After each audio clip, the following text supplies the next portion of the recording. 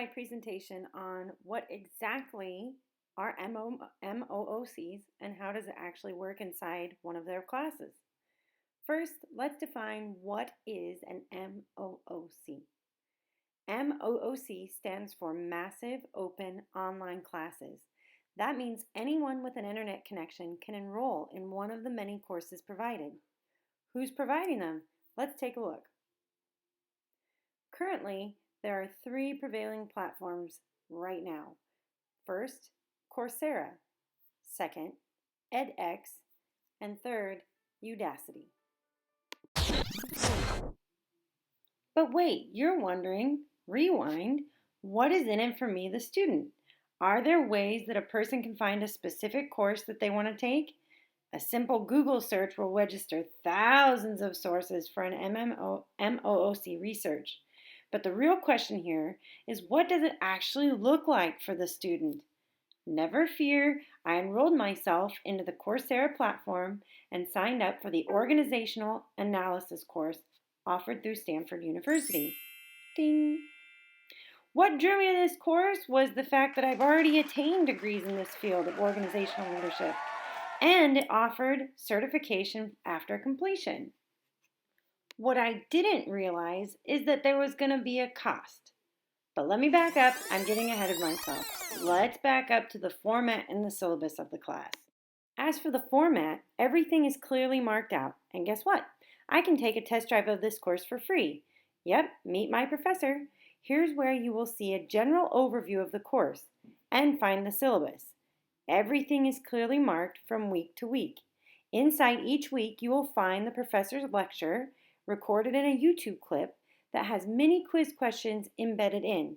There'll also be a quiz at the end of each week, so you better be paying attention. Prior to taking the quiz, you're shown this honor code window, one that you have to select before you can move on. This is part of their grading policies in this quiz section called their honor code. It seems the only logical way that one could monitor a class that potentially has thousands of students at a time.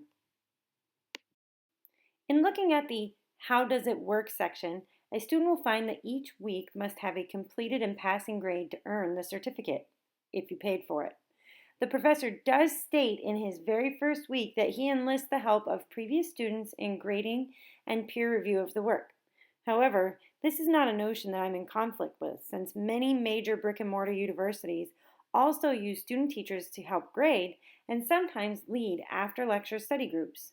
How does this compare to the traditional face-to-face classes? Well, frankly, it doesn't. If we're looking through that lens, this is like comparing apples to oranges. What the real question needs to be is, how does this compare to the hybrid course or the total immersion of traditional online courses? In my opinion, MOOC courses platform is much more difficult of a format than for a first-time student. This format requires complete self-dedication and self-motivation.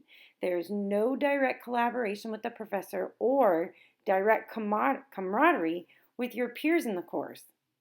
This is an excellent platform for students giving college a test drive, or degreed students furthering their education, or to attain certification in a specific field without having the extenuous rigors of the traditional college semester.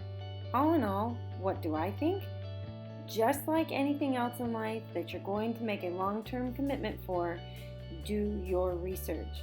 If you're looking for a way to obtain certification or degreed coursework without the traditional college cost, this might be an avenue for you. However, there are other opportunities if you want to look into them. For example, the Khan Academy. As you can see, there are many choices, and this might not be the one for you, but after a little digging, you might decide it is. At the end of the day, the weeks will pass by no matter what, and many of the courses are at minimal cost. So it is my opinion that this truly seems it might be worth the effort.